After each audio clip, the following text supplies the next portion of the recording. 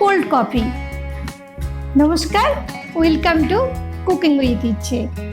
আজ আমি আপনাদের সাথে শেয়ার করব কোল্ড কফির রেসিপি ভালো লাগলে একটা লাইক দেবেন, আর কেমন লাগলো সেটা জানাবেন। বানাতে অসুবিধে হচ্ছে না সুবিধে হচ্ছে আমার রেসিপিগুলো, সেগুলো কমেন্ট করে জানাবেন। দেখতে যতটা সুন্দর, বানানো ততোধিক সহজ, আর খেতেও অভূতপূর্ব। একদিন বানান আর আমায় জানাবেন। দেখেছেন কি সুন্দর দেখতে হয়েছে? আর এটা বানালে আমার মেয়ের তো কি অবস্থা, আর দেখুন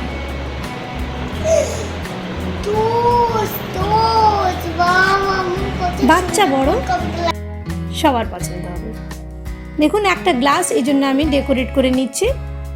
গ্লাসটা এরকমভাবে আমি চকলেট সিরাপ দিয়ে ডেকোরেট করছি। এটা বাড়িতে বানানো চকলেট সিরাপ।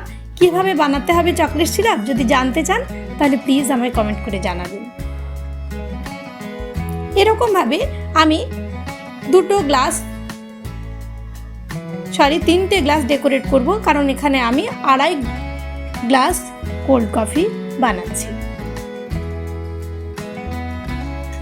যদি সত্যিকারের ভালো লাগে তাহলেই সাবস্ক্রাইব করবেন, শুধু সাবস্ক্রাইব করার দরকার নেই, কেননা অর্ধেকটা ভিডিও দেখে সাবস্ক্রাইব করলে ইউটিউব আপনার সাবস্ক্রিপশন ছিনিয়ে নেবে। এটা কিন্তু ইউটিউবের রুল, তাই পুরো ভিডিও দেখেই সাবস্ক্রাইব করবেন। তাহলে চলুন দেখবেন আমি কিভাবে রেসিপিটা বানিয়েছি।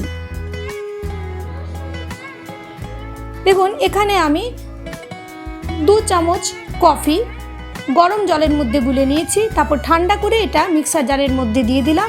দিয়ে দেবো আমি 2 গ্লাস, বড় গ্লাসের যে পরিমাণে বানাচ্ছি সেই পরিমাণে আমি দুধ দিলাম। দিয়ে দেবো এটার মধ্যে আমি 1 মুঠো চিনি, আপনারা মিষ্টিটা নিজেদের আন্দাজ মতো দেবেন। দিয়ে দেবো বেশ খানিকটা বরফ, তারপর আমি মিক্সারটা বন্ধ করে ঘুরিয়ে নেব।